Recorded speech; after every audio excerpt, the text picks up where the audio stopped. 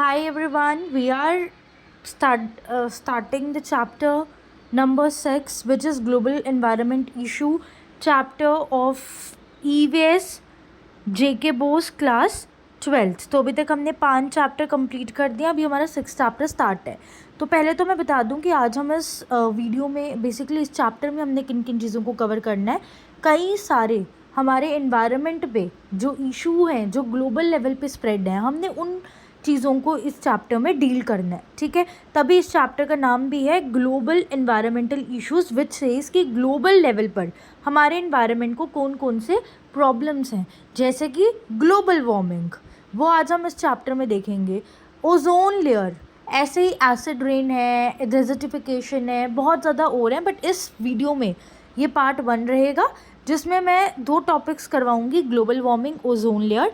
And ये जो global warming ozone layer रहेगी ये बहुत डिटेल में रहेगी, मतलब मैं ग्लोबल वार्मिंग पर आप देख सकते हैं, स्लाइड देखो। हम पहले ग्लोबल वार्मिंग पढ़ेंगे, फिर उसका क्लाइमेट पे इफेक्ट पढ़ेंगे, फिर ग्रीन हाउस गैसेस वगैरह पढ़ेंगे। एंड द सबसे इम्पॉर्टेंट पार्ट जो इस चैप्टर का सबसे स्कोरिंग पार्ट है और जिस पे क्वेश्चन आते हैं, वो टॉपिक है जिस पे अगर आप पता पूरा चैप्टर नहीं पढ़ो, वो टॉपिक तो पढ़ना ही पढ़ना है, जो कि ग्लोबल वार्मिंग से एक प्रोटोकॉल कनेक्टेड है, विच इज़ कायोटो प्रोटोकॉल।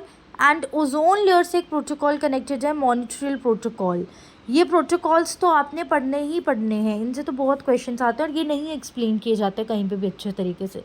तो इस चैप्टर में हम ये सब चीज़ें डील करेंगे। So let's get started with our chapter. And सबसे पहले तो हम कुछ बेसिक इंट्रोडक्शन देंगे बिफोर स्टार्टिंग इट। थोड़ा स्लाइड्स में दिक्कत आएगी, but I will zoom over there. चलिए, सबसे पहले तो ये इंट्रोडक्शन स्टार्ट कर रहे हैं कि जो क्लाइमेट है ना अर्थ का, ये जो मैंने हाईलाइट किया हुआ है स्पेशली पार्ट, इस पर क्या लिखा हुआ है, climate of the earth is changing. Climate change refers to significant long term changes in the global climate. The atmospheric layer surrounding the planet mostly consists of nitrogen, oxygen, and certain amounts of other gases, which has been, mentioned. And troposphere is that layer which controls the climate system. अब सबसे पहले तो इस पूरे paragraph में क्या लिखा है, ये जो पूरा पैराग्राफ है ना, इस पूरे पैराग्राफ में तुम्हें एटमॉस्फेरिक की कुछ लेयर्स पता होनी चाहिए। पहले तो कि एक लेयर होती है हमारे पास स्ट्रेटोस्फेयर, दूसरी लेयर हमारे पास होती है ट्रोपोस्फेयर। तो ये कुछ लेयर्स पता होनी चाहिए जो हम क्लास 11th के ईवीएस में पढ़ते हैं। तो मैं यहाँ पर तो वो लेयर्स नहीं बताऊँगी, बट फ़िलहाल तुम ध्यान रख लो कुछ चीज़ों का, तुम्हें क्लियर हो जाएगा। सबसे पहले तो जो पहली लाइन है ना, यहाँ पर ये वाली लाइन कह रही है कि जो हमारी अर्थ है ना, अर्थ का क्लाइमेट ना बहुत ज़्यादा चेंज होता है। जब मैं कहती हूँ क्लाइमेट चेंज का मतलब, व्हेन आई से क्लाइमेट चेंज रेफर्स टू एक ऐसा चेंज जो लॉन्ग टर्म के लिए। फॉर एग्ज़ाम्पल, अभी जैसे कि समर्स से विंटर्स की तरफ मौसम शिफ्ट होने वाला है जम्मू कश्मीर में, तो समर्स कितनी देर के लिए रहती है, एक सिग्निफिकेंट पीरियड होता है समर का, ऐसे ही विंटर्स का एक सिग्निफिकेंट पीरियड रहेगा। This is a long term period. So climate changes का मतलब है कि एक सिग्निफिकेंट पीरियड तक आपका कोई चेंज आपको दिखे। फिर उसके बाद जो अगली लाइन है वहाँ पर आपको बताया हुआ है, लेट मी जूम इन थोड़ा सा, पीपीटी थोड़ी अजीब सी है तो थोड़ा दिक्कत हो सकती है। चलिए, जो अगली लाइन है उसमें आपको बताया हुआ है कि जो हमारे अर्थ का एटमॉस्फेयर है ना, जैसे कि हमारी अर्थ होती है, अर्थ कंसिस्ट ऑफ एटमॉस्फेयर। तो अर्थ के एटमॉस्फेयर में जो सबसे मैक्सिमम अमाउंट पे मिलता है दैट इज़ नाइट्रोजन, अराउंड 78% होता है। उसके अलावा आर्गन मिलता है, आर्गन तो बहुत ही कम अमाउंट पे मिलता है, 1 और 0 पॉइंट समथिंग %, ये भी क्लास 11th में पढ़ते हैं हम। फिर कुछ वाटर वेपर्स मिलते हैं और बहुत ही कम अमाउंट में मीथेन, बहुत ही कम अमाउंट में हमें मिलता है हाइड्रोजन गैस की फॉर्म में ऑफ कोर्स, फिर कार्बन डाइऑक्साइड और हमारी इनर्ट गैस जैसे कि आर्गन, हीलियम, ये सब चीज़ें भी मिलती हैं हमारे अर्थ के एटमॉस्फेयर में बहुत ही कम देर में। ये सब सिर्फ मैंने आपको पढ़ाया एक बैकग्राउंड सेटअप करने के लिए, इससे क्वेश्चन नहीं आएगा, इससे क्वेश्चन क्लास 11th में आता है, इससे डायरेक्ट तो यहाँ पे क्वेश्चन नहीं आएगा, ये सिर्फ एक बैकग्राउंड सेट करने के लिए मैंने बताया। उसके बाद क्या बोल रहे हैं, जो भी हमारी अर्थ की लेयर है ना, कौन सी लेयर है जो इस पूरे क्लाइमेट को कंट्रोल करती है, again I have mentioned it, highlighted it, that is troposphere is the layer which maintains these things. उसके बाद इस वाले पैराग्राफ में आइए, तो इस पैराग्राफ में क्या बोल रहे हैं, बहुत ज़्यादा फैक्टर्स होते हैं, जैसे कि हमारी पॉपुलेशन का अचानक से बढ़ जाना, फिर सारी चीज़ों का अर्बन एरियाज़ में शिफ्ट होना, इंडस्ट्रीज़ का डेवलप होना, हमारे बहुत ज़्यादा पेड़ काटना और हमारे इतनी ज़्यादा चीज़ें जो हैं ये हमारे क्लाइमेट में चेंज लाती हैं। तो अगर हम इस चैप्टर में अब बैकग्राउंड सेट हो गया। अब इन्होंने बोला ग्लोबल एनवायरमेंटल इशू। तो अभी तक हमने पहले तो थोड़ा एनवायरनमेंट के बारे में जाना, जिसमें एनवायरनमेंट में प्रेजेंट वेदर के बारे में जाना। फिर हमने बोला कि हमारे एनवायरनमेंट के अगर इशू क्रिएट हो रहे हैं, इशू किसकी वजह से क्रिएट हो रहे हैं, issues are created by various activities, जैसे कि population explosion, urbanisation, industrialisation, deforestation, ठीक है। और इन्हीं इश्यूज़ की वजह से हमारे पास ग्लोबल वार्मिंग, ओजोन लेयर जैसे इश्यूज़ देखने को मिलते हैं। तो जो अभी तक मैंने पढ़ाया वो सिर्फ एक बेसिक इंट्रोडक्टरी पार्ट था। अगर आपको नहीं समझ में आया कोई प्रॉब्लम नहीं, अभी चैप्टर आपका स्टार्ट नहीं हुआ, अभी सिर्फ एक इंट्रोडक्शन दी मैंने। इस इंट्रोडक्शन को आप डेफिनेटली क्वेश्चंस फ्रेम करने के वक्त यूज़ कर सकते हो। फॉर एग्जांपल अगर आप ग्लोबल वार्मिंग को लगा रहे हो, ईवीएस की सबसे खास बात होती है कि एक चीज़ को दूसरी चीज़ के साथ कनेक्ट करके बहुत आराम से लिखा जाता है। अगर आप ग्लोबल वार्मिंग के बारे में लिख रहे हो, उसके कॉजेस लिख रहे हो या कुछ भी, तो आप इन सब बातों को लिख लो कि भाई global warming is this and this and there are various factors which creates the condition of global warming, जो फैक्टर्स मैंने एक्सप्लेन करे, population explosion and so on चीज़ें, ठीक है। अब पहले तो अब ये वाला पार्ट इंपॉर्टेंट है, this is not just the chapter का part but this is not the introductory part, this is important. तो थोड़ा ध्यान से समझिएगा। ये स्लाइड क्या कह रहा है, ये स्लाइड ये कह रहा है कि ग्लोबल वार्मिंग होता क्या है। पहले हम आपको समझाने की कोशिश करते हैं, फिर मैं आपको इसको 2-3 बार समझाऊंगी। अभी तक तो मैं पता ही चल गया होगा कि एटलीस्ट 3-4 बार तो चीज़ रिपीट करती ही हूँ मैं। ग्लोबल वार्मिंग, पहले तो ग्लोबल शब्द का मतलब समझ में आ रहा है, एक ऐसी चीज़ जो ऑल ओवर आवर ग्लोब हो रही है। ऑल ओवर आवर ग्लोब का मतलब है पूरे वर्ल्ड में, दुनिया भर में हो रही है। वार्मिंग का मतलब क्या होता है, देखो वार्मिंग शब्द को अगर मैं समझने की कोशिश करूँ ना कहीं वार्मिंग शब्द जो है वो वार्म से आया। वार्म का मतलब क्या हो गया, गर्म, थोड़ा सा hot, right.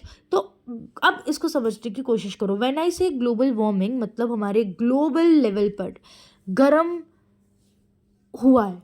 What does it means कि लेट्स सपोज कि अगर हमारी अर्थ है तो अर्थ या जो वर्ल्ड है, ये मेरा वर्ल्ड है, ठीक है। अब वर्ल्ड हमारा गर्म हो रहा है, ग्लोब हमारा वार्म हो रहा है। तो जब हमारा वर्ल्ड वार्म होगा, जब हमारा ग्लोब वार्म होगा, तो वो कहलाएगा ग्लोबल वार्मिंग। अभी तक तो मैंने आपको इसकी डेफिनेशन भी नहीं बताई, बस मैंने आपको इसके नाम से ही इसकी डेफिनेशन समझा दी। व्हेन आई से ग्लोबल वार्मिंग, ग्लोबल मतलब ग्लोब, अर्थ, वर्ल्ड, और वार्मिंग मतलब गर्म होना। तो हमारे वर्ल्ड का गर्म होना, हमारे ग्लोब का गर्म होना। ग्लोब समझते हैं ना, नहीं समझ में आ रहा, ग्लोब तो समझ लो वर्ल्ड, वर्ल्ड में गर्माहट आना, तो दुनिया भर में गर्माहट आना इस ग्लोबल वार्मिंग। अब मुझे बताओ, वार्म, अचानक से हम बोलते हैं ना यार बहुत गर्मी लग रही है। गर्मी कैसे लगती है, गर्मी कब लगती है, सर्दियों में, ठंडी में, ऑफ कोर्स इन समर्स। तो समर्स में गर्मी लगती है बिकॉज टेम्परेचर बहुत बढ़ जाता है ना। सो अब कनेक्ट करो, वार्मिंग मतलब आपका टेम्परेचर इंक्रीज होना। तो अब इस डॉट्स को कनेक्ट करो, global warming is the increase in the average global temperature. Global warming का मतलब होता है पूरे ग्लोब का टेम्परेचर इंक्रीज होना, that is what we called as global warming, ठीक है।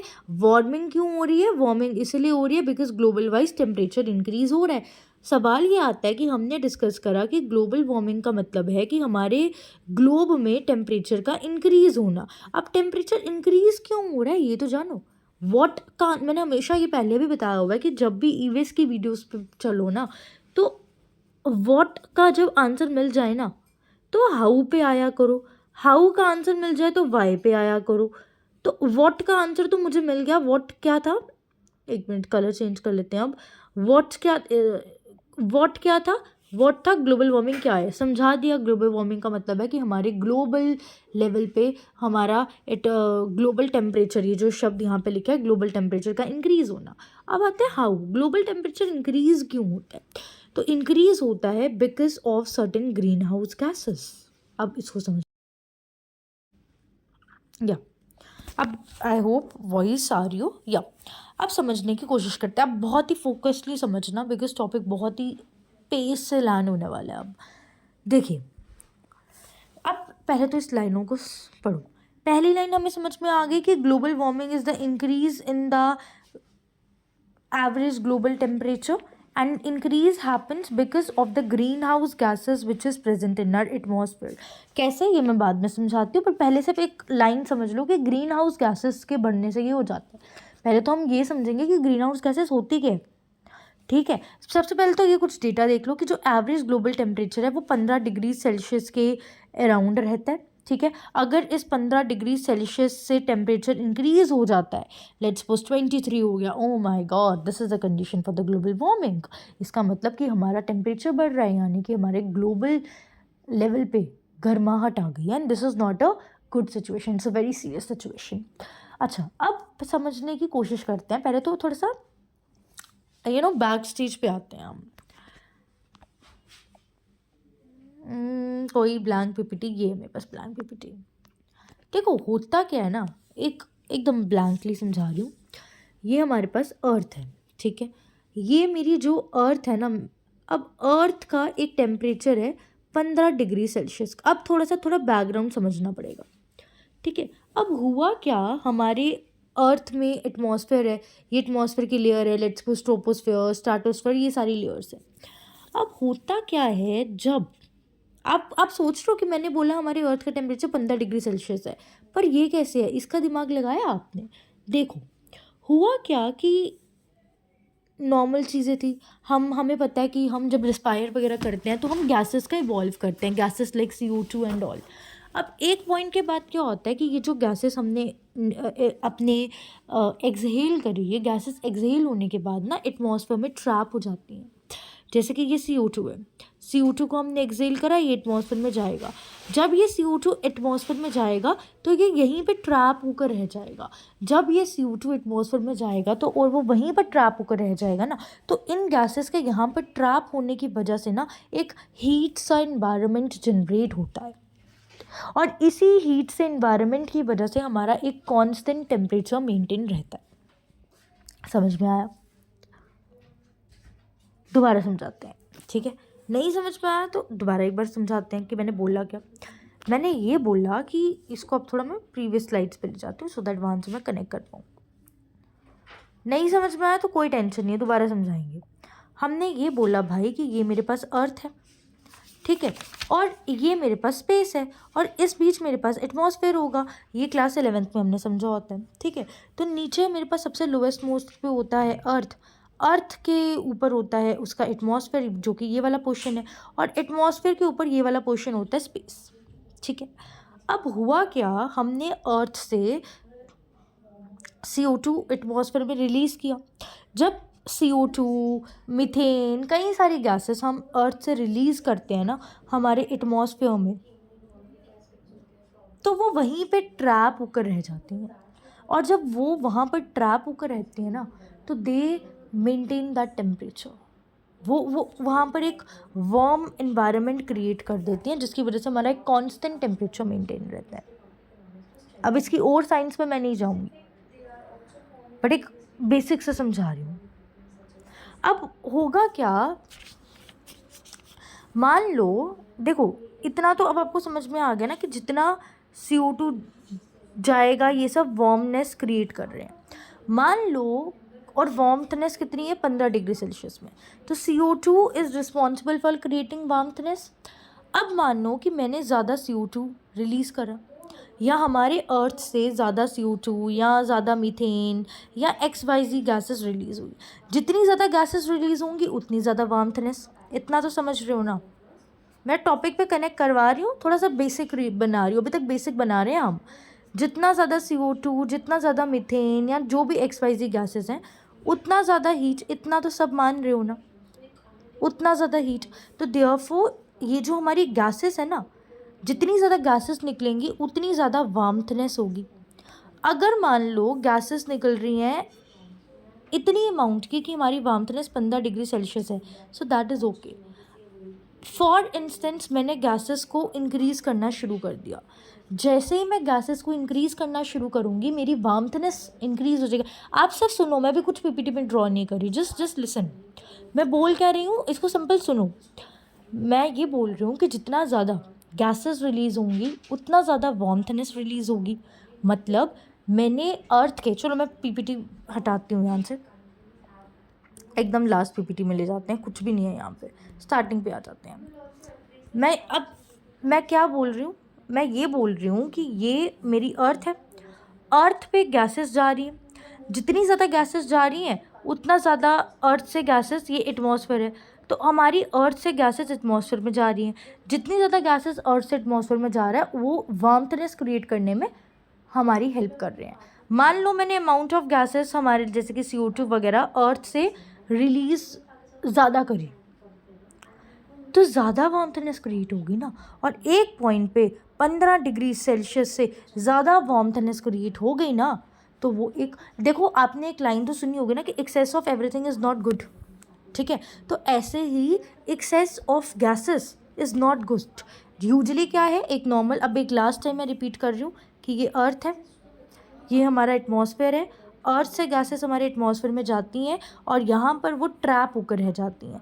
जब वो ट्रैप होकर रहती हैं ना, तो इस ट्रैप होने की वजह से वो वहाँ पर क्रिएट करती हैं वार्मथनेस, और ये वार्मथनेस इंपॉर्टेंट होती है बिकॉज ये हमारे अर्थ का temperature as 15 degree Celsius maintain करके रखती हैं।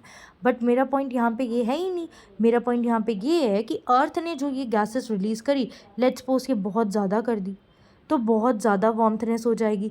जब बहुत ज़्यादा वार्मथनेस हो जाएगी तो टेम्परेचर हमारा इंक्रीज़ हो जाएगा। सो जब एक्सेस ऑफ टेम्परेचर इंक्रीज़ होगा, क्यों एक्सेस ऑफ टेम्परेचर इंक्रीज़ होगा, बिकॉज एक्सेस ऑफ गैसेस हमारे अर्थ से एटमॉस्फेयर में गई हैं, तो अर्थ से एटमॉस्फेयर में एक्स्ट्रा गैसेस जाने की वजह से एक्सेस एटमॉस्फेयर होगा, और एक्सेस एटमॉस्फेयर में एक्सेस टेम्परेचर होगा, और जब एक्सेस टेम्परेचर होगा इस कंडीशन से हमें ही बहुत ज़्यादा लॉस होगा, और ये पूरी चीज़ कहलाती है ग्लोबल वार्मिंग। सो ग्लोबल वार्मिंग क्या होती है, ग्लोबल वार्मिंग का मतलब होता है कि हमारे अर्थ की सरफेस पे हमारे टेम्परेचर का सडनली इतना इंक्रीज़ हो जाना कि वो हमें बहुत नुकसान पहुंचा सकता है। टेम्परेचर इंक्रीज़ क्यों होता है, बिकॉज हमारी अर्थ से बहुत ज़्यादा गैसेस हमारे अर्थ के एटमॉस्फेयर में जाती हैं, और अर्थ के एटमॉस्फेयर में ज़्यादा गैसेस जाती हैं, अल्टीमेटली हमारा टेम्परेचर इंक्रीज़ होता है। और ये जो गैसेस, अब इस लाइन में आओ, अब हम पूरा पढ़ेंगे, अब इस लाइन पे आइएगा ज़रा। सो global warming is the increase in the average global temperature. ये तो हमें समझ में आया कि ग्लोबल वार्मिंग का मतलब है टेम्परेचर का इंक्रीज होना। टेम्परेचर का क्यों इंक्रीज होना, because of increase in the gases, ठीक है। अब वो एवरेज ग्लोबल टेम्परेचर जो है भाई, वो है हमारा 15 डिग्री सेल्सियस, ठीक है। और ये एवरेज ग्लोबल टेम्परेचर जो है ये मेंटेन रहता है कुछ गैसेस की वजह से, जैसे कि CO2, जैसे कि मीथेन, जैसे कि वाटर वेपर, और ऐसे ही कुछ हमारे पास नाइट्रस ऑक्साइड्स होते हैं, यानी कि कुछ इस फॉर्म की ऑक्साइड्स होती हैं, और कुछ CFCs होते हैं जो हमारे ट्रोपोस्फेयर में प्रेजेंट रहती हैं। तो ट्रोपोस्फेयर क्या होती है, ट्रोपोस्फेयर एक हमारे एटमॉस्फेयर की लोएस्ट मोस्ट रीजन है। तो जैसे कि मैंने आपको बोला था स्टार्टिंग में कि ट्रोपोस्फेयर इज़ द लेयर जो हमारे अर्थ के एटमॉस्फेयर में गैसेस के लिए, गैशियस वाली जितनी भी हम डील करेंगे ना, वो ट्रोपोस्फेयर लेयर में करेंगे। तो ट्रोपोस्फेयर में ये सारी गैसेस प्रेजेंट रहती हैं, और ये सारी गैसेस कलेक्टिवली क्या कहलाती हैं, ग्रीन हाउस गैसेस या heat trapping gases, because in gases की वजह से हमारा हीट एटमॉस्फेयर में रहती है, और हीट एटमॉस्फेयर में रहती है तो हमारा एक टेम्परेचर मेंटेन रहता है। पर जैसे ही मान लो ये जो ग्रीन हाउस गैसेस हैं इनकी कॉन्सेंट्रेशन बढ़ी तो हमारी हीट भी बढ़ जाएगी। अब क्लैरिटी मिली, एक और फिगर के थ्रू समझने की कोशिश करते हैं। तो ये हमारे पास अर्थ है, ठीक है, ये हमारे पास स्पेस है, और ये हमारे पास एटमॉस्फेयर है। एटमॉस्फेयर की सबसे लोवेस्ट लेयर है हमारे पास troposphere. Troposphere is the layer जहाँ पर हमारे पास ग्रीन हाउस गैसेस जैसे कि मीथेन, कार्बन डाइऑक्साइड और वाटर वेपर्स प्रेजेंट रहते हैं। अब होता क्या है, अब थोड़ा साइंस में, थोड़ा डिटेल में समझने की कोशिश करते हैं। ये देखो होता क्या है, मैं ना कलर चेंज कर लेती हूँ, थोड़ा इजी पीजी हो जाएगा हमारे, रेडी लेते हैं। ये सन है, तो जैसे ही सन की रे आती है ना तो हमारा अर्थ वार्म होता है। तो अर्थ सिर्फ गैसेस की वजह से वार्म नहीं होता, सन की रेस की वजह से भी अर्थ हमारी वार्म होती है। और जब सन रे ऐसे करके फेंकता है ना, तो कुछ रेस बाउंस बैक हो जाती हैं। आई मीन स्पेस, पहले ना इसके लिए थोड़ा सा बैकग्राउंड आपका स्ट्रांग होना चाहिए, तो मैं आपको थोड़ा समझाती हूँ कि ये हमारे पास अगर स्पेस है ना, मतलब 3 लेयर समझने की कोशिश करो, जो मैं करवाने की कोशिश कर रही हूँ कि क्या होता है। सबसे ऊपर होता है स्पेस, ठीक है, जहाँ रॉकेट वगैरह चलते हैं। ये हमारी अर्थ होती है। अर्थ और स्पेस के बीच में हमारे पास प्रेजेंट रहता है एटमॉस्फेयर। तो जो आप चांद, सितारे, ये सब चीज़ें देखते हो ना, कि एटमॉस्फेयर के भी ऊपर प्रेजेंट रहते हैं, ठीक है। एसएसटी वालों को अच्छा समझ में आ रहा होगा। ये अर्थ है, ये स्पेस है। स्पेस में ही हमारे पास हमें दिखता है कि सितारे हैं, ये स्टार्स हैं, ये मून्स हैं, twinkle twinkle little stars are present in the space, ठीक है। और यहाँ होता है हमारा एटमॉस्फेयर। एटमॉस्फेयर में डिफरेंट तरह की गैसेस होती हैं, लेयर्स होती हैं, जिसमें से एक लेयर होती है ट्रोपोस्फेयर, जो एटमॉस्फेयर की सबसे लोवेस्ट मोस्ट लेयर होती है। और ये ट्रोपोस्फेयर एक ऐसी लेयर है हमारे एटमॉस्फेयर की जहाँ पर ये गैसेस आपके पास प्रेजेंट रहती हैं, ठीक है।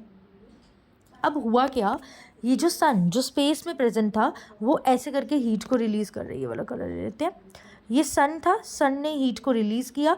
जब सन ने हीट को यहाँ पर अर्थ की सरफेस पर फेंका, तो कुछ हीट जो है ना, जो वो रेडिएशंस है ना, वो अर्थ एब्जॉर्ब कर लेती है, और कुछ रेडिएशन अर्थ दोबारा स्पेस में गिरा देती है। स्पेस से हमारे सूरज की रोशनी आई, कुछ पार्ट ऑफ जो हीट थी वो अर्थ ने एब्जॉर्ब कर ली, कुछ पार्ट वापस फेंका।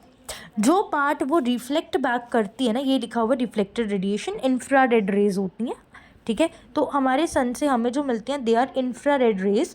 इंफ्रारेड रेज जब अर्थ की सरफेस पर आती हैं, तो अर्थ कुछ इंफ्रारेड रेज को एब्जॉर्ब कर लेता है, और कुछ इंफ्रारेड रेज को अर्थ दोबारा बाउंस बैक करवा देता है जहाँ से वो आई हैं, दैट इज स्पेस में। बट जब स्पेस से अर्थ पर रेज आती हैं, तो जब वो वापस जा रही होती है ना, तो डेफिनेटली उन्हें एटमॉस्फेयर से पास करके जाना पड़ता है ना, बिकॉज हायरार्किकल ऑर्डर में क्या है, सबसे पहले स्पेस है, तो बीच में एटमॉस्फेयर है।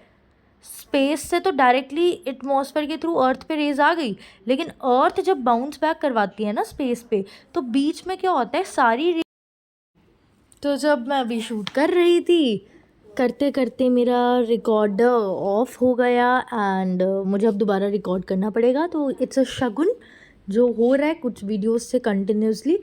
सो आपके पास तो मैं सब मर्ज करके दूंगी, तो वो सारी एक ही वीडियोस आएंगी, बट मैं दोबारा रिकॉर्ड कर रही हूँ, तो इसलिए बीच में बात कर रही हूँ। तो या मैं अभी इस टॉपिक पे थी, ग्रीन हाउस इफ़ेक्ट पे, ठीक है।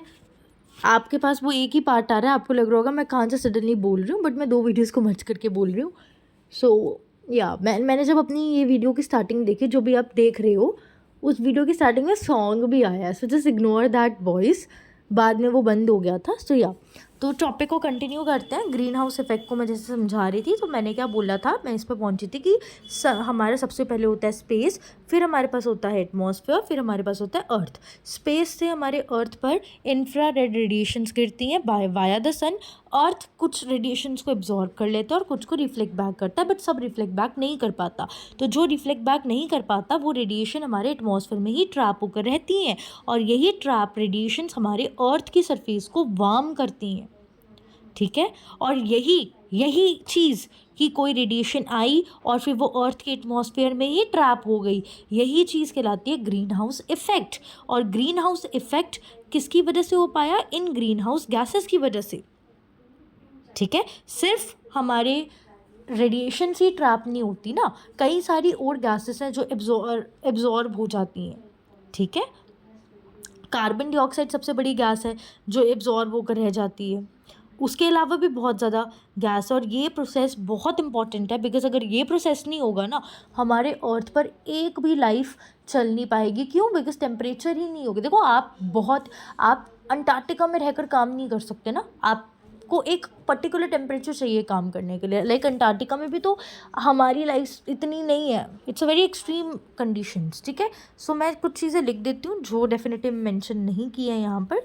सबसे पहले क्या है, ग्रीन हाउस इफेक्ट वो इफेक्ट है जिसमें, यार एक मिनट, इसका ना साइज़ थोड़ा बड़ा नहीं होता, ठीक है। ग्रीन हाउस इफेक्ट वो इफेक्ट होता है जिसमें radiations, just a minute, radiations trap हो जाती हैं, और ये ग्रीन हाउस इफेक्ट हो पाता है via the green house gases, जिसको मैं यहाँ पे मेंशन कर देती हूँ, इतना बड़ा लिखूँगी तो वो नहीं हो पाएगा। अब ये इफेक्ट क्लियर है, इफेक्ट क्लियर है। दोबारा रिपीट कर रही हूँ मैं, ग्रीन हाउस इफेक्ट में क्या होता है, ये अर्थ है, ये स्पेस है, हमारे पास कुछ रेडिएशंस आई, कुछ यहाँ पे अर्थ एब्जॉर्ब कर लेता है, कुछ वापस रिफ्लेक्ट बैक करता है। जब वो रिफ्लेक्ट बैक करता है तो सब रेडिएशंस रिफ्लेक्ट होकर स्पेस में नहीं जाती, कुछ एटमॉस्फेयर में ट्रैप रहती हैं, और जो रेडिएशंस एटमॉस्फेयर में ट्रैप रहती हैं वो वहाँ पे वार्मर एनवायरनमेंट क्रिएट कर देती हैं, और यही इफेक्ट कहलाता है ग्रीन हाउस इफेक्ट, जो बहुत इंपॉर्टेंट है लाइफ को चलाने के लिए, बिकॉज अगर ये इफेक्ट नहीं होगा तो लाइफ वर्क नहीं कर पाएगी। इनफैक्ट मैं क्या करूँगी, इसका एक शॉर्ट्स भी बना दूँगी ग्रीन हाउस इफेक्ट का। चलिए, अब next, green house effect maintain रहता है विद द हेल्प ऑफ कई सारे रेडिएशंस, ठीक है, और उन्हीं रेडिएशंस, उन्हीं गैसेस को हम बोलते हैं ग्रीन हाउस गैसेस। और जब अब ग्रीन हाउस इफेक्ट से को हमें ग्लोबल वार्मिंग के साथ कनेक्ट करना है, ठीक है, कैसे, अब मैं समझाती हूँ। जब ये गैसेस यहाँ पर इंक्रीज़ हो जाएंगी तो अल्टीमेटली हमारा वो टेम्परेचर बढ़ेगा, और अल्टीमेटली वो ग्लोबल वार्मिंग होगी। यही तो मैं कब से या नाउ नेक्स्ट है ग्रीन हाउस गैसेस के बारे में थोड़ा समझ लेते हैं। तो हमारे पास वेरियस तरह की ग्रीन हाउस गैसेस होती हैं। ग्रीन हाउस गैसेस वो गैसेस होती हैं जो ग्रीन हाउस इफेक्ट में कंट्रीब्यूट करती हैं, जैसे कि CO2, मीथेन, CFCs, N2O, ये इनकी रिलेटिव कंट्रीब्यूशन है। तो जिसमें आपको सबसे ज़्यादा ध्यान रखना है कि CO2 सबसे ज़्यादा कंट्रीब्यूट कर रही है। अब ये इंपॉर्टेंट है थोड़ा सा, ये आ सकता है, ठीक है, वन वर्ड में या कुछ भी। अब देखो, CO2 हम बोल रहे हैं कि हमारे अर्थ के एटमॉस्फेयर में CO2 है, और ये CO2 क्या कर रहा है, हमारा अर्थ की सरफेस को वार्म रखने में हेल्प कर रहा है। और जब CO2 की अमाउंट इंक्रीज हो जाएगी, अल्टीमेटली वो ग्लोबल वार्मिंग हो जाएगी। अभी तक आप कनेक्ट तो कर पाए ना, मैंने सारा करवाया क्या, मैं एक बार दोबारा रिपीट करवा देती हूँ। बट बिफोर दैट ये देखो कि ये जो गैसेस हैं उनके सोर्सेज क्या हैं। जैसे CO2 आता है डिफॉरेस्टेशन की वजह से, फिर मीथेन आता है एनारोबिक डिकम्पोजिशन की वजह से, मतलब आप कोई चीज़ तोड़ रहे हो without the presence of oxygen. CFCs आता है, ये बहुत फेमस एग्जांपल है आपके रेफ्रिजरेटर्स की वजह से। N2O आता है फर्टिलाइजर्स की वजह से। ओजोन्स आता है, ओजोन का तो आज ही हम पढ़ेंगे, ओजोन कहाँ से आता है, तो फोटोकेमिकल रिएक्शन इन ट्रोपोस्फेयर, फिलहाल ये लाइन देख लो, अभी आज ही हम पढ़ेंगे। कार्बन मोनोऑक्साइड आता है जब इनकम्प्लीट कंबशन हो जाए। तो ये कुछ पॉइंट आपको याद रखने हैं। आई नो नहीं होते हैं, बट कुछ याद रखो, ठीक है। मेरे को भी याद नहीं है, बट मैंने इस तरीके से बताया, मेरे को याद था कि CO2 डिफॉरेस्टेशन, तो डिफॉरेस्टेशन पॉइंट याद रख लो।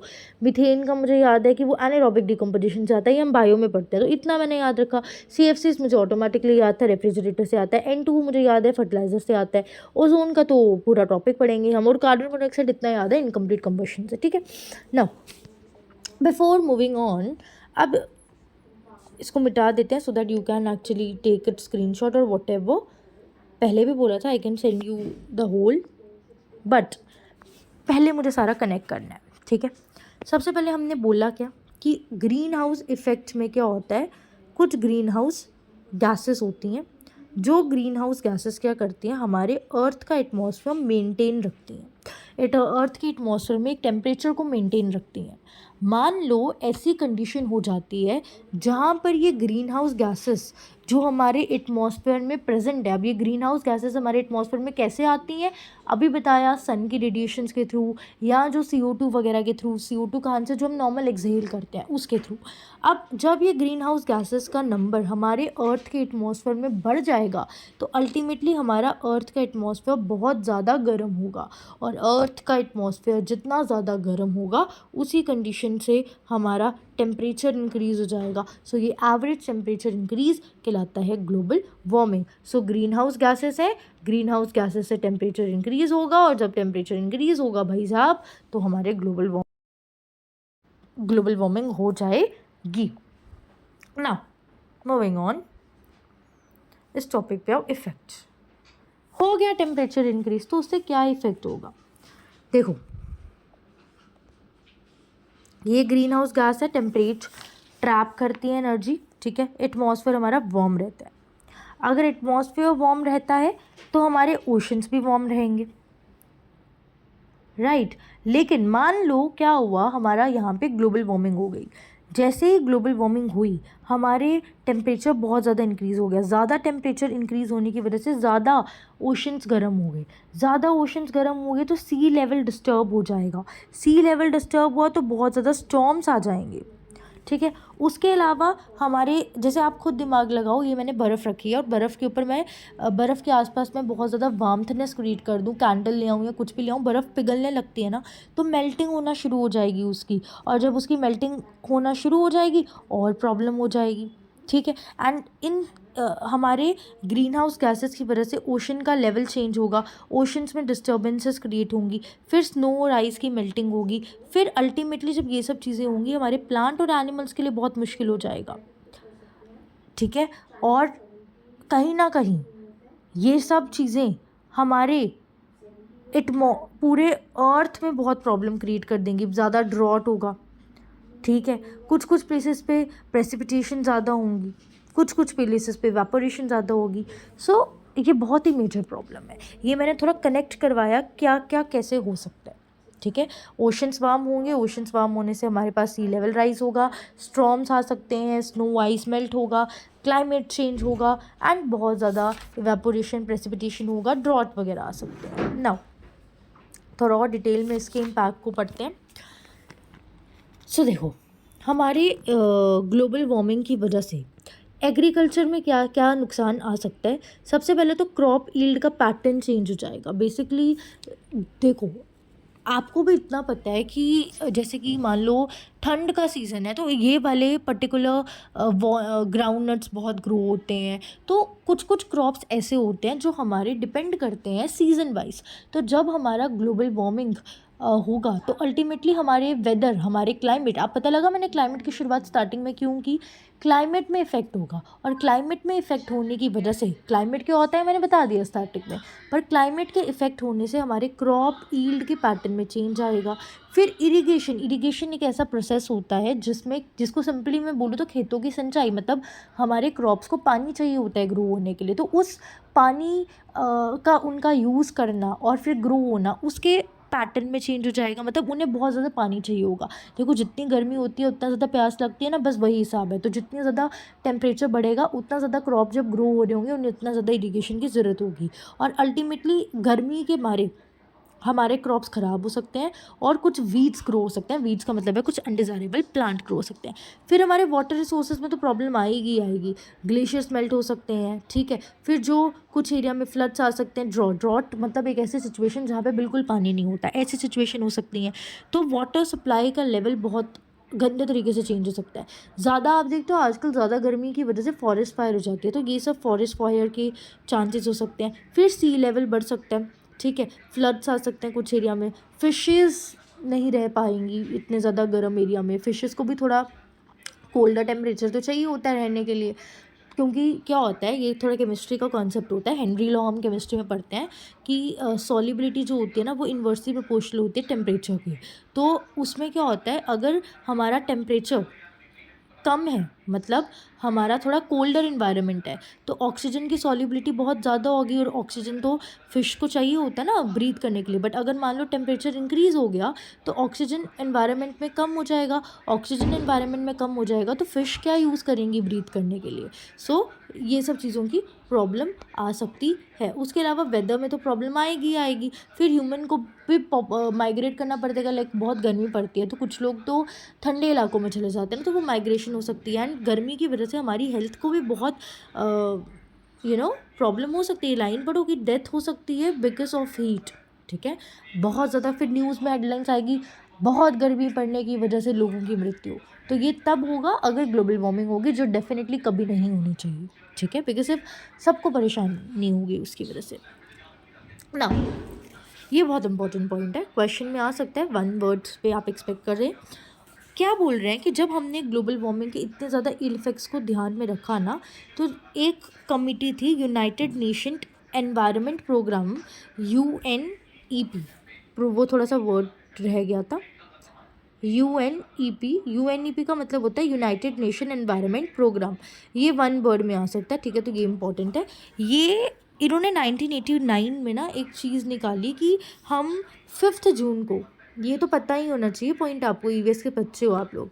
5 जून को हम वर्ल्ड एनवायरनमेंट डे को सेलिब्रेट करेंगे। और वर्ल्ड एनवायरनमेंट डे में क्या होता है, कई सारे स्लोगन्स बनाए जाते हैं। Like in my school also, अब तो ऑल स्कूल्स ख़त्म हो गया है, मतलब मेरी स्कूल लाइफ ख़त्म हो गई है, बट इन आवर स्कूल जब हम प्राइमरी स्कूलिंग में होते थे तो होता था 5 जून को वर्ल्ड एनवायरनमेंट डे सेलिब्रेट होता था। हम पोस्टर्स बना लेते थे ग्लोबल वार्मिंग के, तब तो समझ नहीं थी इतना क्यों बनाते थे, इतना पता है कि एनवायरनमेंट ने ट्रीज व्रीज ले जाते थे, बट अब लॉजिक समझ में आ रहा है ना जब खुद पढ़ा उस चीज़ को। सो या you can also have a water, बहुत ज़्यादा प्यास लग जाती है जब कंटिन्यूसली पढ़ते हैं। So yeah come on the topic, United Nation Environment Programme एक ऐसी कमिटी थी जिसने बोला कि इतने ज़्यादा एनवायरमेंटल इश्यूज़ हो रहे हैं ना, तो हमें क्या करना चाहिए, एक दिन निकालना चाहिए विच इज़ 5 जून, जब हम इन इश्यूज़ को थोड़ा इश्यूज़ के प्रति लोगों को अवेयर करवाएंगे, एंड वो दिन होगा वर्ल्ड एनवायरनमेंट डे।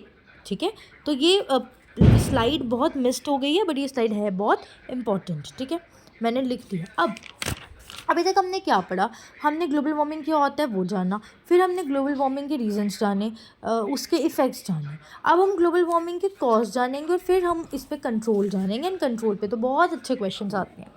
तो ग्लोबल वार्मिंग के इफ़ेक्ट क्या होते हैं भाई, पहले तो ये, अच्छा एक मिनट, इम्पैक्ट छूट गए ना मेरे, बाद में बढ़ाएंगे।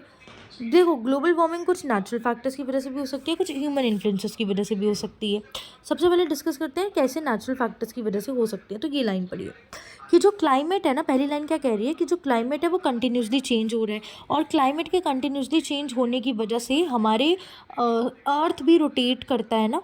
ठीक है, तो उस रोटेशन की वजह से भी कहीं ना कहीं ग्लोबल वार्मिंग हो सकती है। ठीक है, so this is the first point, जो कि हमारे अर्थ की रोटेशन जो है अराउंड द सन, उसके हिसाब से है कि जब अर्थ की रोटेशन होती है हमारे सन के अराउंड, तो उसमें गैसेस की इंटेंसिटी चेंज हो सकती है।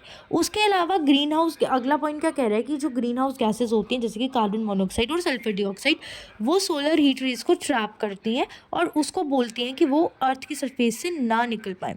सो कहीं ना कहीं हमारे एनवायरनमेंट में जो गैसेस हैं वो गैसेस निकल ही नहीं पाती हमारे एटमॉस्फेयर से बाहर, एंड अल्टीमेटली वो हमारे एटमॉस्फेयर को वार्म करती हैं, तो वो भी ग्लोबल वार्मिंग है। तो it's a very natural cause. जो हमने पढ़ा वो चीज़ क्यों हो रहा है, बेसिकली वही कह रहा है, वो यही कह रहा है कि एक तो अर्थ की रोटेशन से, दूसरा वो कह रहा है कि जो गैसेस हैं वो ट्रैप हो जाती हैं, और इन गैसेस के ट्रैप होने की वजह से ही प्रॉब्लम होती है। अगला पॉइंट क्या कह रहा है कि जो वॉल्केनिक इरप्शंस होते हैं, हमें पता है जब वॉल्केनो है ना ये, तो वॉल्केनो जब फटता है तो उसके बीच में से बहुत ज़्यादा लावा, मोल्टन मैग्मा निकलता है। उस मोल्टन मैग्मा लावा की वजह से ही गर्माहट होती है और ग्लोबल वार्मिंग की कंडीशन आ जाती है। उसके अलावा मीथेन भी एक इशू हो सकता है जो हमारा ग्लोबल वार्मिंग को कॉज करता है। ठीक है, मीथेन बहुत इफ़ेक्टिव होता है कि वो हमारे एटमॉस्फेयर में ट्रैप हो जाता है, और यूजुअली जो मीथेन है ना वो बहुत ज़्यादा एरिया से निकलता है। फॉर एग्जांपल कोई लैंडफिल है, कोई पेट्रोलियम सिस्टम है, कोई कोल माइनिंग है, वहाँ से मीथेन निकलेगा, और ये मीथेन अल्टीमेटली ग्लोबल वार्मिंग को कॉज करेगा। तो नेचुरल फैक्टर्स क्या है, बहुत रटाफिकेशन टॉपिक होता है, मुझे कभी अच्छे नहीं लगते ईवीएस में जब हमें कॉजेस को पढ़ना पड़ता है, इसलिए मैं जब लाती हूँ मैं शॉर्ट में लाती हूँ। देखो इतना डिटेल में पढ़ने का मन भी नहीं करता है, बट स्टिल अगर ये हमें मार्क्स दिलवा रहा है तो क्या प्रॉब्लम है। हम चल, ग्लोबल वार्मिंग के कॉजेज़ क्या हैं कि एक तो रोटेशन होना, उसके बाद वॉल्केनिक इरप्शंस होना, फिर ग्रीन हाउस गैसेस जो ट्रैप हो जाती हैं वो अल्टीमेटली ग्लोबल वार्मिंग को करती हैं। अब ह्यूमन पे इन्फ्लुएंसेस क्या होता है ग्लोबल वार्मिंग का, मतलब ह्यूमन रीजंस क्या हैं ग्लोबल वार्मिंग के। तो सबसे पहली बात तो ये है कि ह्यूमन, हम जो इंसान है वो अर्थ का ध्यान ही नहीं रखते, और जब हम अर्थ का ध्यान नहीं रखेंगे तो हमारी वजह से ग्लोबल वार्मिंग ज़्यादा होगी। तो नेचुरल फैक्टर्स तो बहुत कम कंट्रीब्यूट करते हैं ग्लोबल वार्मिंग में, ज़्यादा जो कंट्रीब्यूशन है ग्लोबल वार्मिंग में वो है ह्यूमन फैक्टर्स का, क्योंकि हम बहुत अवेयरनेस होते हुए भी अनअवेयर वाली हरकतें करते हैं। ठीक है, तो हम जो है हमारा जो लाइफस्टाइल है जिसमें कि इंडस्ट्रीज़ का इंट्रोडक्शन आ गया हुआ है, फॉसिल फ्यूल्स का बर्निंग आ गया हुआ है, ये सब ग्लोबल वार्मिंग को कॉज करता है। और आजकल तो इंडस्ट्रीज़ का भी बहुत बड़ा योगदान है, इंडस्ट्रीज़ हैं, ठीक है, उसमें से बहुत ज़्यादा गैसेस निकलती हैं, वो गैसेस अल्टीमेटली हमारे एटमॉस्फेयर में जाएंगी, एटमॉस्फेयर में जाएंगी तो वहाँ पे अर्थ की सरफेस को गर्म करेंगी तो ग्लोबल वार्मिंग होगी। उसके अलावा माइनिंग का प्रोसेस भी, माइनिंग के प्रोसेस के दौरान कैसे, माइनिंग के प्रोसेस के दौरान ना मिथेन निकलती है और वो मीथेन जो है ग्लोबल वार्मिंग को कॉज करती है। उसके अलावा डिफॉरेस्टेशन जब होती है ना, तो डिफॉरेस्टेशन की वजह से भी हमारी ग्लोबल वार्मिंग हो जाती है, बिकॉज डिफॉरेस्टेशन की वजह से CO2 निकलती है एंड वो भी अल्टीमेटली ग्लोबल वार्मिंग को कॉज करती है। सो या दीज वर द इम्पैक्ट्स।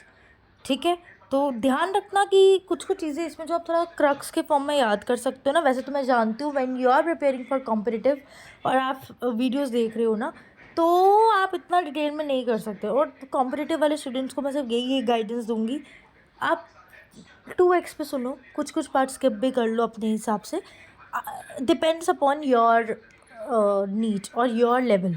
आप, क्योंकि ये बेसिक टॉपिक्स होते हैं, हमने पहले भी पढ़े होते हैं। ठीक है, आप कुछ कुछ पार्ट्स पढ़ो बस, फिर PYQ लगाने हैं लास्ट में। जो अचीवर्स आते हैं ना, लगा लो, मैं खुद बोल रही हूँ लगा लो, I have done that, so do that.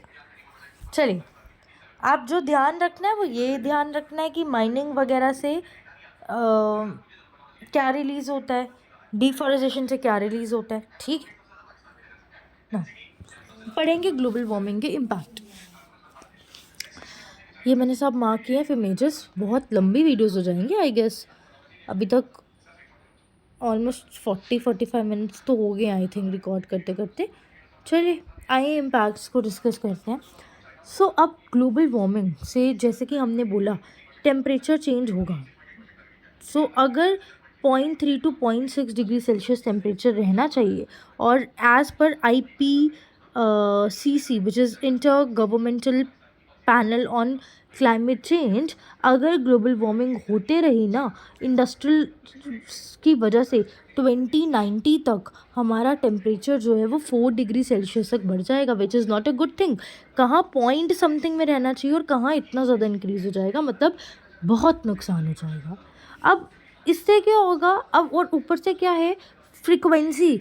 अब जब ये चीज़ होगी तो स्टॉर्म, साइक्लोन्स, ये सब चीज़ें बहुत आना शुरू हो जाएंगी एंड ऑल्सो ग्लेशियर्स वगैरह मेल्ट करना शुरू हो जाएंगे। इस पॉइंट में वही लिखा हुआ है या वेट। उसके बाद थर्ड पॉइंट के बाद हम आते हैं फोर्थ पॉइंट पे। फोर्थ पॉइंट पे क्या लिखा हुआ है कि जो स्पीशीज़ दूसरी स्पीशीज़ पे डिपेंड करते हैं उनको इफेक्ट होगा, बिकॉज ग्लोबल वार्मिंग के चलते कुछ स्पीशीज़ इफेक्ट हो सकती हैं, because they can not adapt ना, हर एक स्पीशीज़ का एडाप्टेशन लेवल वैसा नहीं होता। तो कुछ स्पीशीज़ को प्रॉब्लम होगी और कुछ को नहीं होगी, बट जिनको प्रॉब्लम होगी उनकी वजह से बाकी कई सारी स्पीशीज़ को प्रॉब्लम हो सकती है। उसके अलावा क्या बोल, सो थोड़ी डिस्टर्बेंस की वजह से मुझे दोबारा ये पार्ट पॉज करना पड़ा and after long time record कर रही हूँ। आप देख लीजिए, टाइम शायद आपको शो हो रहा होता है तो वो भी चेंज हो जाता है। Let me hide this time का पार्ट ना, मेरे वाले ये सब हाइड नहीं हो पाता ना।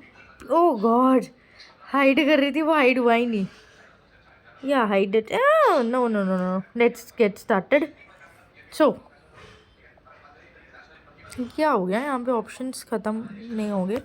चलिए, फर्स्ट पॉइंट जो हमने पढ़ा कि IPCC उसने कुछ चीज़ें बताई कि अगर ऐसा ऐसा नहीं किया तो ये हो जाएगा, और ग्लोबल वार्मिंग की वजह से फ्रिक्वेंसी ऑफ स्टॉर्म्स वगैरह बढ़ जाएंगे, ग्लेशियर्स वगैरह मेल्ट हो जाएंगे, और जो उसके अलावा कुछ आइलैंड्स की सबमर्जिंग हो सकती है, स्पेशली ये वाला मालदीव्स। उसके अलावा कुछ स्पीशीज़ जो दूसरी स्पीशीज़ पे डिपेंडेंट है वहाँ प्रॉब्लम हो सकती है। फिर फ्लड्स और ड्रॉट की फ्रिक्वेंसी इंक्रीज़ हो सकती है, जैसे कि इथियोपिया उसकी एक एग्जांपल है। उसके अलावा फ्रिक्वेंसी ऑफ ड्रॉट्स बढ़ सकती है, और जैसे ही वो बढ़ेगा एग्रीकल्चर अफेक्ट होगा, और बहुत ज़्यादा कंट्रीज़ में फेमाइन लाइक सिचुएशन आ सकती है। फिर फ्रेश वाटर बहुत कम अवेलेबल होगा। उसके अलावा क्लाइमेट चेंज से हमारी ह्यूमन हेल्थ अफेक्ट हो सकती है, क्योंकि कहीं ना कहीं हमारे पास क्लीन ड्रिंकिंग वाटर नहीं प्रेजेंट रहेगा, हमारी बायोडाइवर्सिटी डिक्रीज़ हो सकती है। ठीक है, और कहीं ना कहीं स्पीशीज़ इस केस में क्या करेंगी, इकोसिस्टम चेंज हो जाएगा। कुछ स्पीशीज़ सक्सेसफुल हो जाएंगी और कुछ वहाँ पे नहीं रह पाएंगी, बिकॉज हर कोई जो है वो इस चेंजेस को कॉप अप नहीं कर पाता। तो बाकी सब नहीं पढ़ना है आपने, इसमें जो जो आपने ध्यान रखना है, ये इंपॉर्टेंट पॉइंटर्स ध्यान रखने हैं कि एक आईपीसीसी ने आपको कुछ दिया, उसके बाद आपको याद रखना है कि फ्रीक्वेंसी बढ़ जाएगी ड्रॉट्स वगैरह की। फिर आपको याद रखना है कि एक स्पीशीज़ दूसरे स्पीशीज़ पे डिपेंड है तो वहाँ प्रॉब्लम आएगी। फिर आपको याद रखना है कि फ्रेश वाटर कम हो जाएगा। फिर आपको याद रखना है ड्रॉट या फेमाइन लाइक सिचुएशन बहुत ज़्यादा आ सकती है, बायोडाइवर्सिटी डिक्रीज़ हो सकती है। ठीक है, सब आपको इतना याद नहीं रखना होता है। अब देखो, इसमें भी मैं पर्सनली कभी याद नहीं करती हूँ, ना ही आपको याद करना है ये, बट आपको समझा रहे हैं कि मेजर्स के लिए। अब ये topic, oh shit, I didn't have put measures over. ये टॉपिक है हमारा मेजर्स, कि कैसे आप प्रोटेक्ट करें। प्रॉब्लम तो हो गई, तो अब हमने क्या है क्यों है सब जान लिया, प्रोटेक्ट करना है। ठीक है, ग्लोबल वार्मिंग क्या है जानना, कैसे होता है जान लिया, उसके इम्पैक्ट क्या हैं देखे, कॉजेस भी डिटेल से देख लिए। अब इसको कंट्रोल कैसे कर सकते हैं, तो देखो पहले तो अब ये एक डेटा समझने की कोशिश करो जो मैंने लाया था, कि अगर मैं कंट्री देखती हूँ ना यूएसए जैसी, जो कि डेवलप्ड कंट्री है, वो कितना CO2 को, देखो CO2 हमने बोला था मेजर कॉन्ट्रीब्यूटर है ऐसी ग्रीन हाउस गैस में जो ग्लोबल वार्मिंग कॉज कर रही है। तो सबसे ज़्यादा CO2 जो है वो तो चाइना रिलीज़ कर रही है ग्लोबल लेवल पर। क्यों? क्योंकि चाइना की वर्ल्ड की पॉपुलेशन भी तो बहुत ज़्यादा है ना, तो जितनी ज़्यादा वर्ल्ड की पॉपुलेशन उतना ज़्यादा CO2 भी आएगा। समझ रहे हो, ये एक रीज़न था। बट ये आपको एक ऐसे डेटा दिया है गिवन करने के लिए। ऑल्दो आप इंडिया में देखो पॉपुलेशन ज़्यादा है लेकिन CO2 इमिशन कम है। वो इसीलिए कम हो सकती है बिकॉज हमने बहुत प्रिवेंटिव मेजर्स यूज़ कर रखे हुए हैं। चलिए, फ़िलहाल क्या क्या अप्रोच आप कर सकते हो, तो हमने एक चीज़ पढ़ा कि डिफॉरेस्टेशन जो है वो CO2 को रिलीज़ कर रही है, वो ग्लोबल वार्मिंग कर रही है। तो अगर डिफॉरेस्टेशन की वजह से ग्लोबल वार्मिंग हो रहा है, तो डिफॉरेस्टेशन का एग्जैक्टली अपोजिट होता है एफॉरेस्टेशन। हम एफॉरेस्टेशन करेंगे so that global warming increase ना हो। ये बहुत सिंपल है, मतलब सबसे खास बात लगती है मुझे ये पॉइंट आप हर एक जगह डाल सकते हो। एफॉरेस्टेशन का मतलब होता है प्लांट्स को ग्रो करना, डिफॉरेस्टेशन का मतलब निकालना।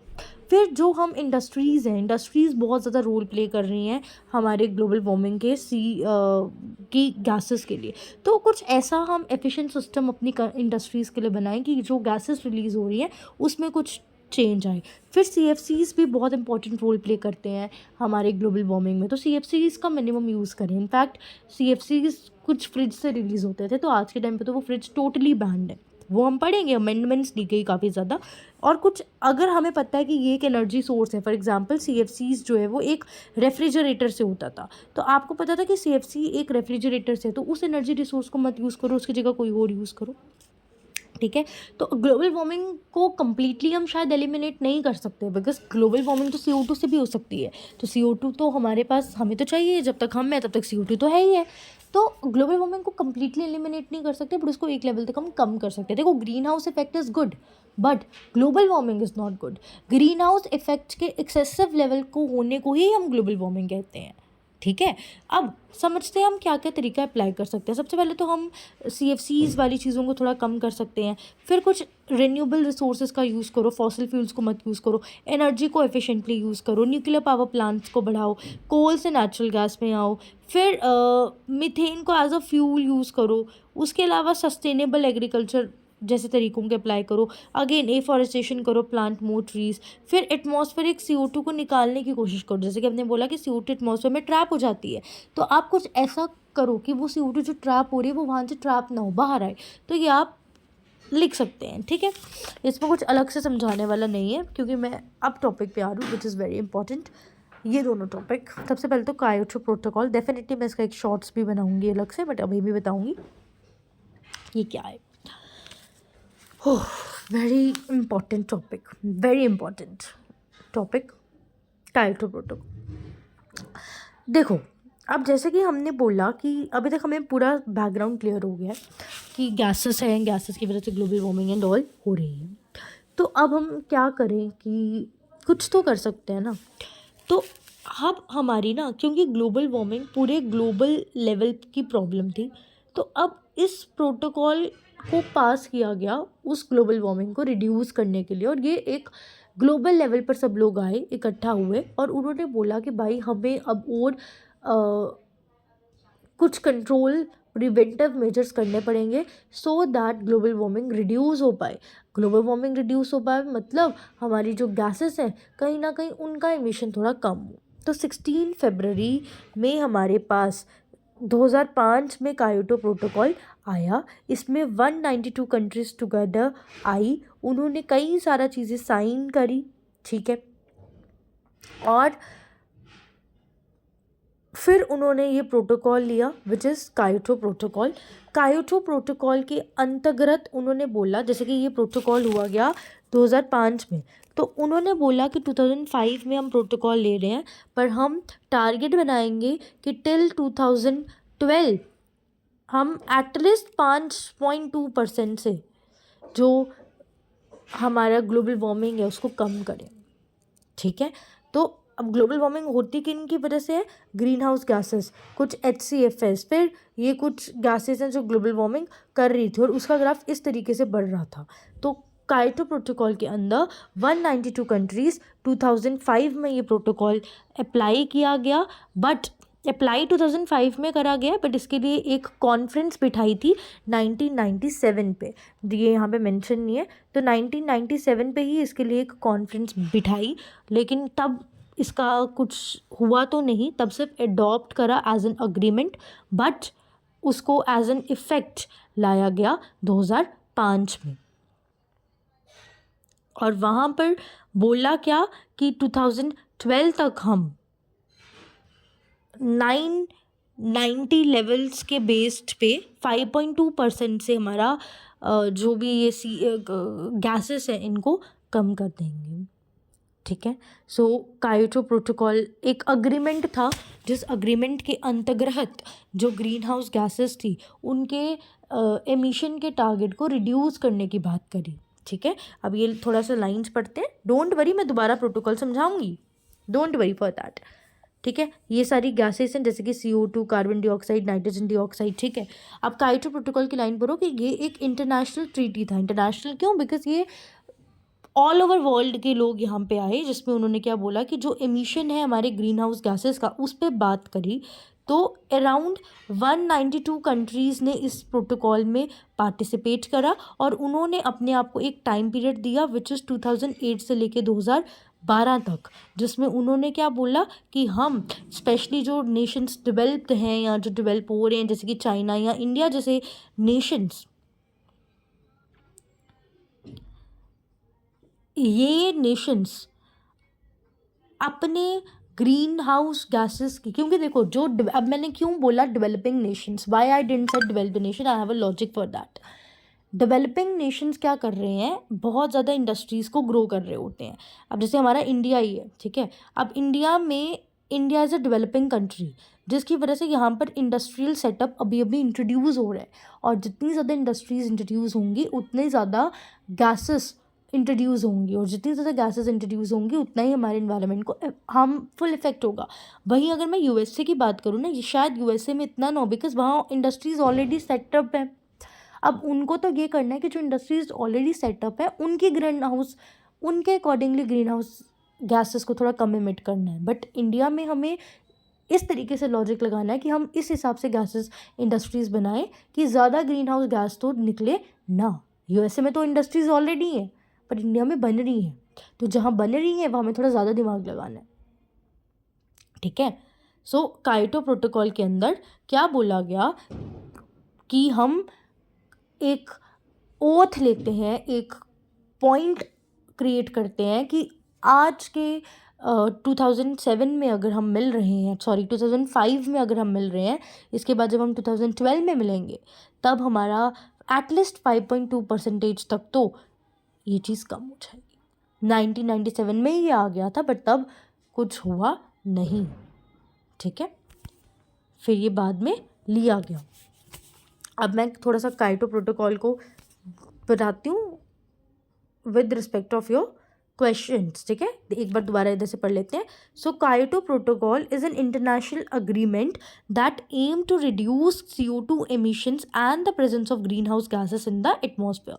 इसने क्या बोला कि जो भी हमारे एटमॉस्फेयर में CO2 है या जो भी ग्रीन हाउस गैसेस हैं जैसे कि मीथेन, जैसे कि क्लोरोफ्लोरोकार्बन्स, हम इनकी एमिशंस को कम करेंगे, ठीक है।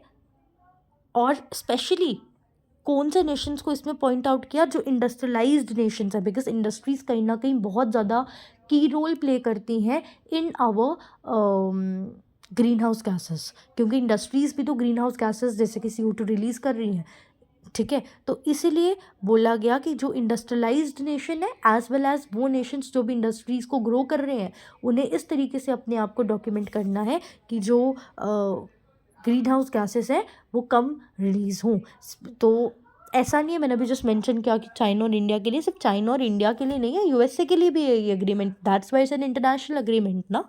तो इसमें क्या बोला गया कि जो इंडस्ट्रियलाइज नेशन है, मतलब ऐसे नेशन जिनके वहाँ पे इंडस्ट्रीज़ हैं, ठीक है, उनको अपने वहाँ के CO2 को जो वो रिलीज़ कर रहे हैं उसको थोड़ा कम करना पड़ेगा। सो कायोटो प्रोटोकॉल ने ग्लोबल लेवल पर आकर ग्रीन हाउस गैसेस के एमिशन पे बात करी। तो ये एक बहुत बड़ा माइलस्टोन था, क्योंकि ये एक ग्लोबल एफर्ट था जहाँ पर all over the globe countries आती हैं और एक एफर्ट मारती हैं कि हमारी जो गैसेस हैं वो कम हो जाए, so that green house effect ज़्यादा ना हो और अल्टीमेटली ग्लोबल वार्मिंग ज़्यादा ना हो।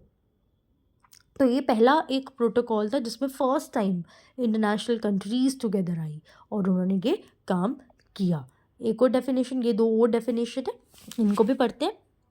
तो Kyoto protocol is an international agreement that aim to reduced the CO2 emission, and ये तो सेम डेफिनेशन आ गई जो जैसे हमने यहाँ ऊपर पढ़ी, ठीक है। इसकी इंपॉर्टेंस क्या थी कि ये पहला ग्लोबल लेवल पे इवेंट था, ठीक है। सो कायोटो प्रोटोकॉल एक अग्रीमेंट था। ये अग्रीमेंट किसने दिया हुआ है?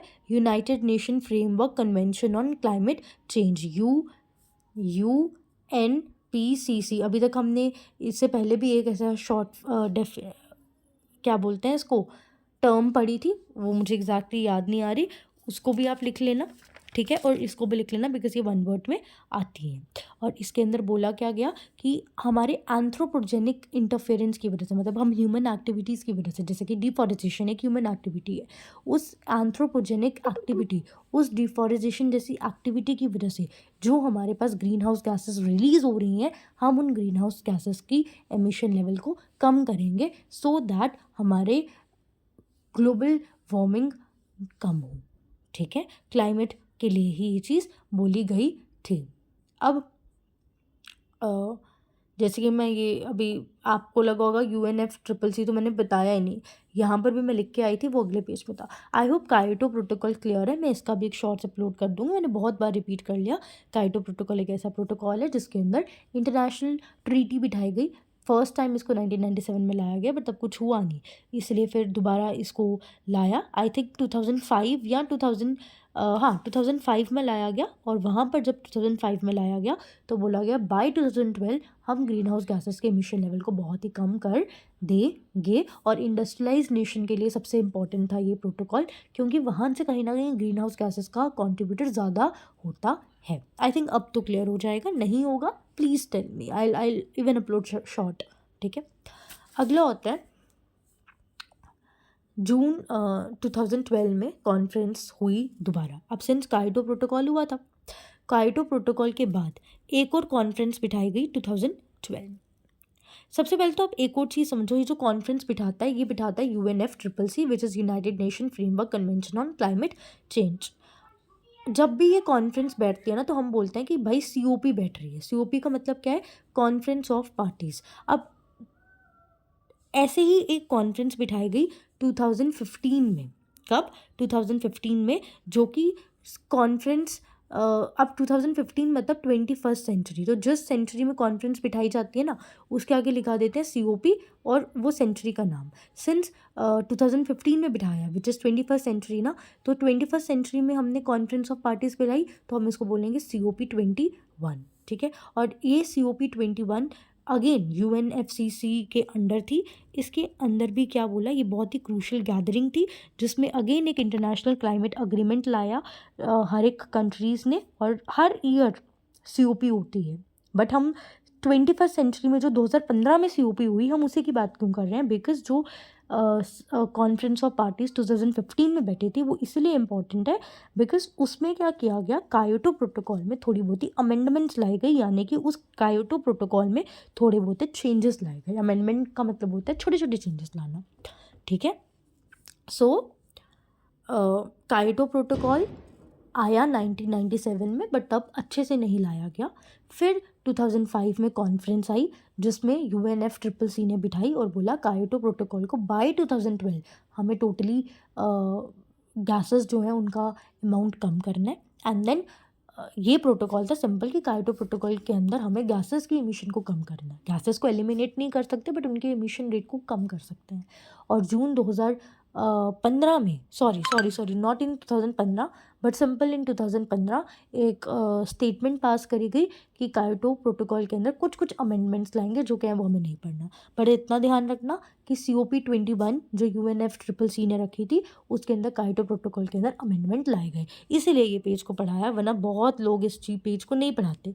इस पेज में कुछ नहीं है, ये आपकी एक जो बुक मैं यूज़ करती हूँ उस पर छोटे से टॉपिक है जिस टॉपिक के अंदर बस यही दिया हुआ है कि 2015 में कायोटो प्रोटोकॉल, क्योंकि कायोटो प्रोटोकॉल से ही हम ये टॉपिक कनेक्ट होता है तो इट्स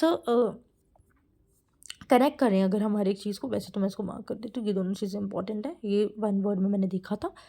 कनेक्ट करें तो ये है कि 1997 में लाया गया, नहीं हुआ तो 2005 में आया, नहीं हुआ तो फिर 2012 तक का टाइम दिया, फिर 2015 में, ये 4 साल याद रख लो, कायोटो प्रोटोकॉल ख़त्म। इस साल लाया गया बट इसको प्रॉपर्ली अडाप्ट नहीं किया गया, फिर 2005 में अडाप्ट किया गया और बोला 2012 तक हम नोटिस करेंगे।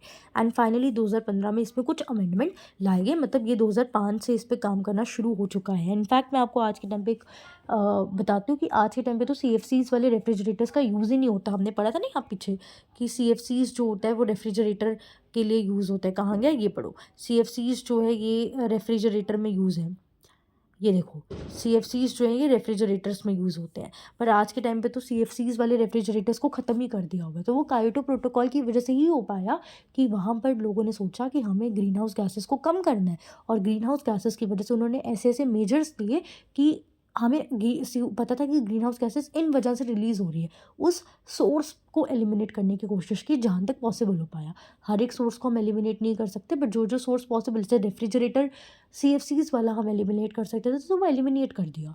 तो कायोटो प्रोटोकॉल की वजह से ये सब चीज़ें हो गई। अब इसके बाद green house gases, global warming पूरा ख़त्म है एंड आई डोंट थिंक कि अब कोई डाउट रहना चाहिए। तो 1 घंटे की तो वीडियो आपकी बन ही गई है। अब आई थिंक इस पॉइंट के बाद ओजोन डिप्लीशन लेयर मुझे करवाना चाहिए या नहीं, मुझे समझ में नहीं आ रहा है। तो वैसे तो मैं लाई थी इसी के साथ करने को, बट मैं ओजोन डिप्लीशन लेयर का अलग से वीडियो बना दूंगी, ठीक है। तो अभी इस वीडियो के लिए सिर्फ ग्लोबल वार्मिंग रखते हैं, अगले वीडियो में मैं ओजोन लेयर को बढ़ा दूंगी। तो मेरे को लगा था चैप्टर के 2 पार्ट में ख़त्म हो जाएगा, बट इसका एक ही टॉपिक इतना लंबा हो गया मुझे पता ही नहीं चला। बट इस एक टॉपिक के भी मैं जो इंपॉर्टेंट पॉइंट्स हैं, जैसे कि ग्रीन हाउस गैसेस क्या होता है, कायोटो प्रोटोकॉल क्या होता है, ग्लोबल वार्मिंग क्या है, इनके मैं शॉर्ट्स भी डाल दूंगी। कई बार होता है ना कि आप इतना लंबा नहीं, सिर्फ इंपॉर्टेंट चीज़ें देखनी होती है, तो वो वहाँ से आप रिविजन्स के लिए एंड टाइम पे रिवीजन करना है, कोई टेस्ट है तो वहाँ से वो आप देख सकते हो, ठीक है। But this was all the detail lecture end of the global environmental issue of global warming topic. अभी तो सिर्फ शुरुआत हुई है। इसके बाद आपको ओजोन लेयर पढ़ना है, इसके बाद आपको डस्ट सर्टिफिकेट बहुत ज़्यादा पढ़ना है, ठीक है। तो ओजोन लेयर डेफिनेटली मैं आज ही डाल दूँगी, बट अभी नहीं, इस वीडियो को हम इतना ही रखते हैं, it is of 1 hour already. तो ओजोन लेयर मैं अगले वीडियो में बनाऊँगी, ठीक है। सो या, थैंक यू।